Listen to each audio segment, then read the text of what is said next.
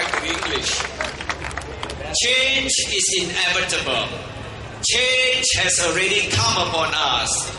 Without us even noticing, the old guard of our government over the years passed away or retired and were replaced by younger career politicians.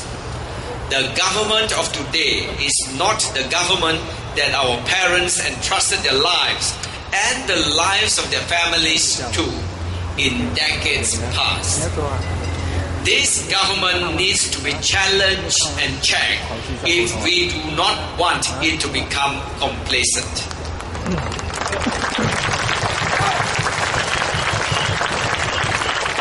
First, I intend to change the direction of the presidency to move it much closer to the aspirations of the people. To do that, I cannot remain within the ivory gates of the Istana. I must move among the people and initiate programs that will galvanize the young and the young at heart and harness their energies to build a better Singapore. At the same time, I will do my utmost to help the poor, the sick, the underprivileged, the retrenched, and the unemployed.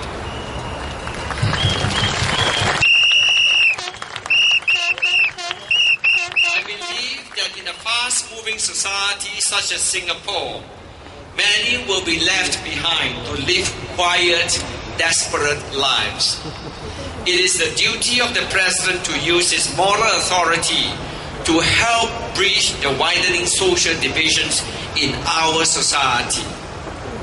In order to do that, the President must have the courage to question the government judiciously and encourage them to do better, always better.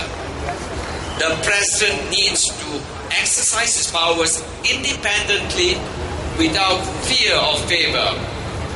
We Singaporeans have had such a president before, and we need such a president again now.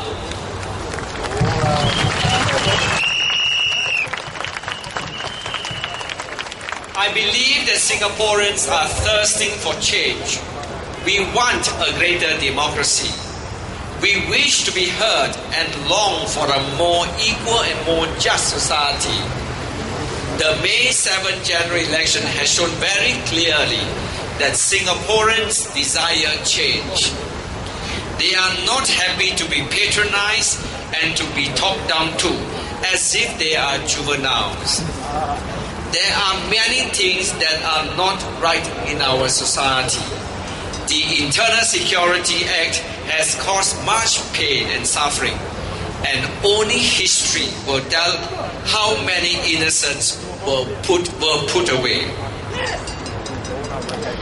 As a president with custodial powers over the reserves, I intend to encourage the government to do more and utilize it to invest it for the benefit of the people.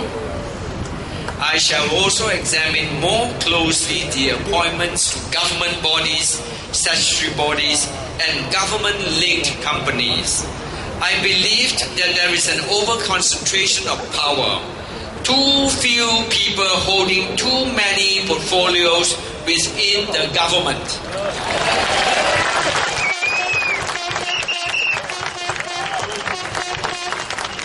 As a result, we find the same individuals occupying many different board memberships. This is not good for Singapore, as it does not allow the younger aspirants a chance to develop their skills, acumen, and exposure for higher office. The President should look into casting the net further and asking whether the various proposals for appointments are as thorough and robust as they should be.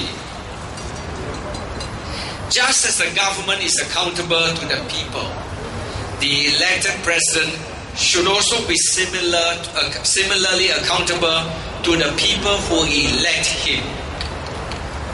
However, up to now, there is not a single annual report detailing what the President has done over the past 12 years.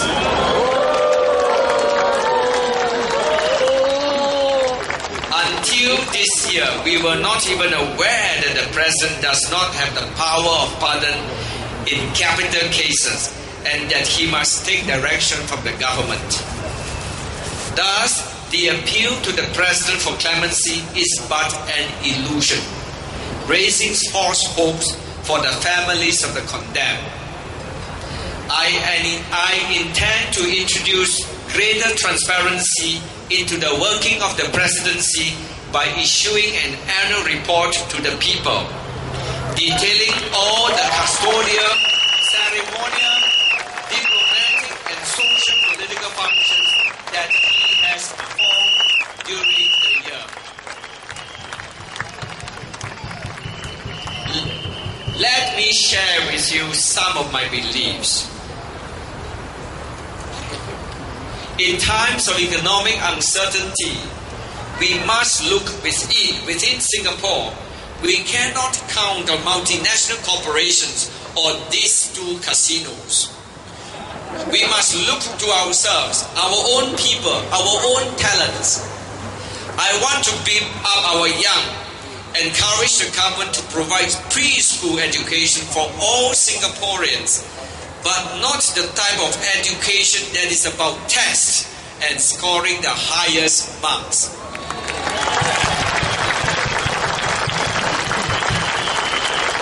Our children should enjoy their childhood and at the same time be prepared for the reality of the working world by building up their confidence, resilience, and problem-solving abilities.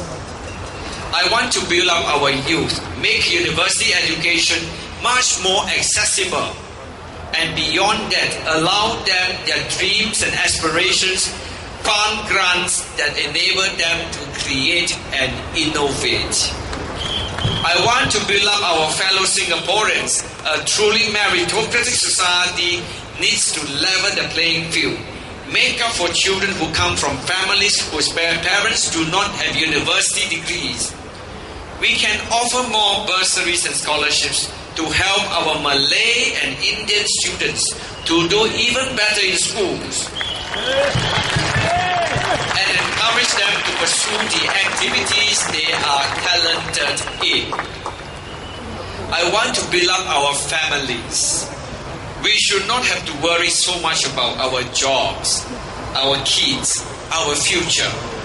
I want a Singapore where people love our country so much that they want to have more children and their children want to grow old here and have more children.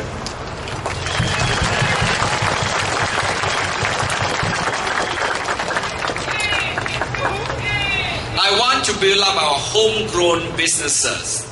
The government-linked companies are too huge and starve out Singaporean small and medium-sized enterprises, stifling the growth of our own talent and limiting the potential for the growth of robust and resilient homegrown industries. The business of government is not to do business.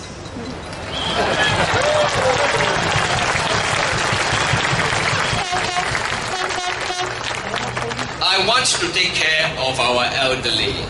I am glad that now our elderly can enjoy subsidized bus fares throughout the day instead of only at certain times. I want to ask if it is necessary for so many indirect taxes to be levied on the people of Singapore, such as the maid levy. Hong Kong got rid of it in the last economic recession. Who benefits from the money collected? Many families depend on maids to give their elderly parents personalized care, and the burden on them should be lessened.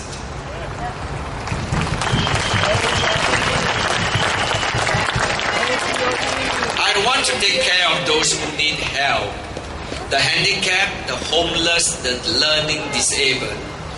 We cannot be a society that leaves our own people behind in the pursuit of material gains that are never enough.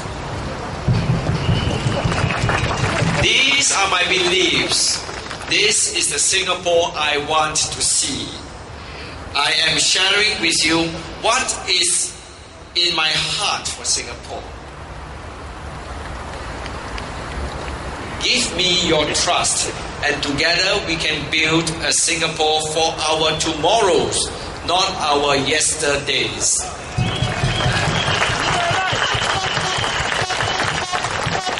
In order to achieve these goals, Singapore needs an independent president to do his job and to do it well. Merdeka! My fellow Singaporeans, very soon you will be going to the polling booth on August 27 to vote in a new president. This is the first real contest in 18 years. I am honored to stand before you today asking for your vote. The PEC has certified me as a candidate of integrity, good character and reputation. It also certified me that as having such experience and ability in financial affairs, that I can effectively carry out the functions and duties of the president.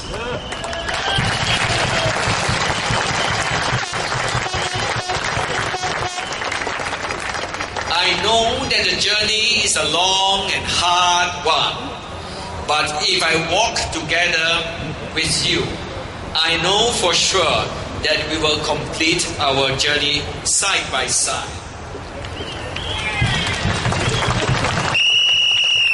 I know that ordinary Singaporeans like you will have the courage to vote for change. You stood up decisively on May 7th and show the way for others to follow. So come 27 August, vote with your heart. Put a cross next to the symbol of the heart of the nation.